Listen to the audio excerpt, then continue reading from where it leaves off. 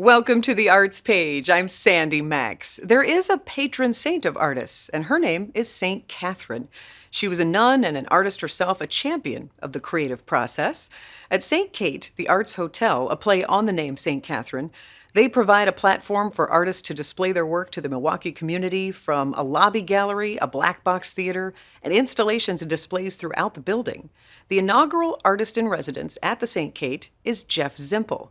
He has created a welcoming studio space where he invites people to participate in his ecological art. Zimpel specializes in creating paints out of natural elements, then applying them to resin. He then photographs those resins, creating these stunning images you see here. Come with us now. Visit Jeff Zimpel at his living studio at the St. Kate.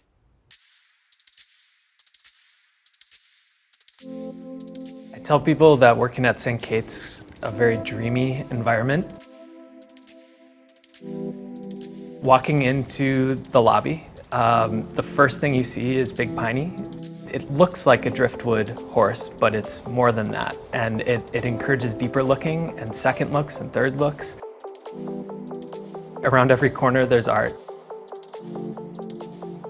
But then you also have kind of this art of hospitality, this amazing group of people who are so good at welcoming people. The one thing I can depend on is that there's a rhythm of people that course through this place every single day. It's this interesting mixture of people staying at the hotel who are looking for an outstanding experience, but then you have the passers through, the people who just are on their way to a Bucks game or just finishing up a play at the Milwaukee Rep. It makes me, who I'm mostly interested in compositions of participation and getting people to engage in the creative process. As an artist, I have an ideal situation for visitors because it's a hotel. They're coming in opened up. They're coming in ready to engage. And then you also get people who are looking to collaborate. Artists from all over town stream through here. It's this swirling atmosphere of art and thought.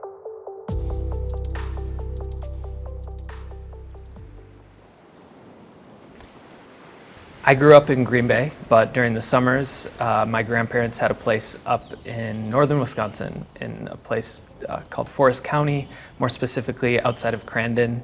And so growing up, being surrounded by nature, playing for me was going and tromping around the swamp. Playing for me was going into forests and usually coming out with sticks that looked like staffs and colorful rocks, and filled up my bedroom with nature, and the most vibrant nature. When I went back for graduate school and started to really question what the painting I was up to was all about at a really deep historical level, like what is this paint? What is this pigment? Where does it come from? I kind of snapped back to my upbringing and where I found a lot of vibrancy from nature.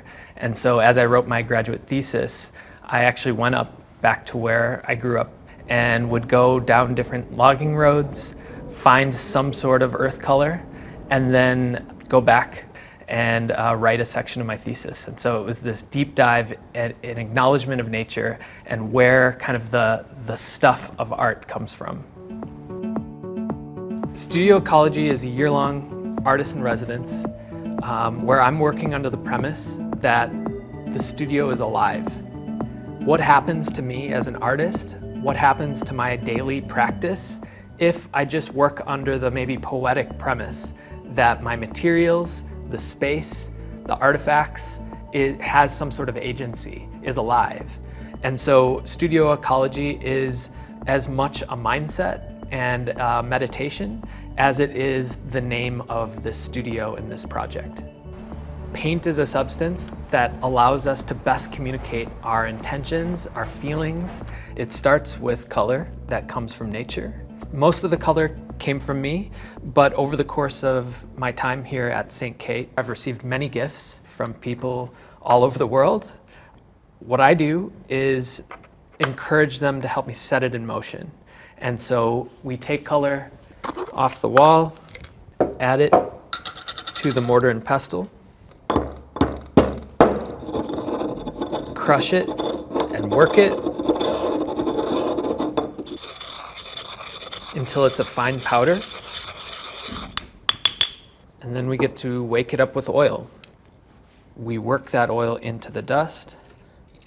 And this powder here comes from a place called Plum Lake, which is at the tip top of Wisconsin. And it's a beautiful environment.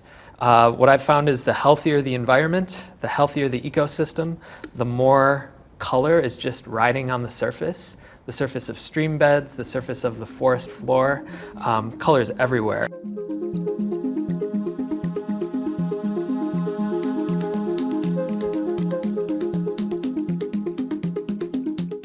And so one of the things that I like to do is trap that paint in resin. As the resin cures, it gives off heat, and when that heat kicks in, your mark continues to move and change, even within the resin. And so I observe it slowly, month after month, photograph after photograph.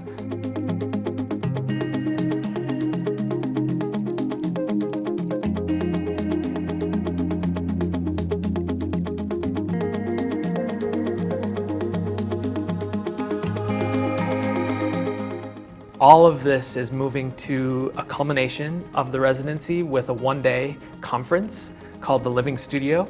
And it is an excuse to get people together and gather and think critically and creatively about what our creative spaces are, how they're composed, what happens when you think about your creative spaces as compositions in and of themselves. And so it's going to be a conference, but a conference led by an artist. But it's going to be a perfect way to wrap up this project and the Living Studio.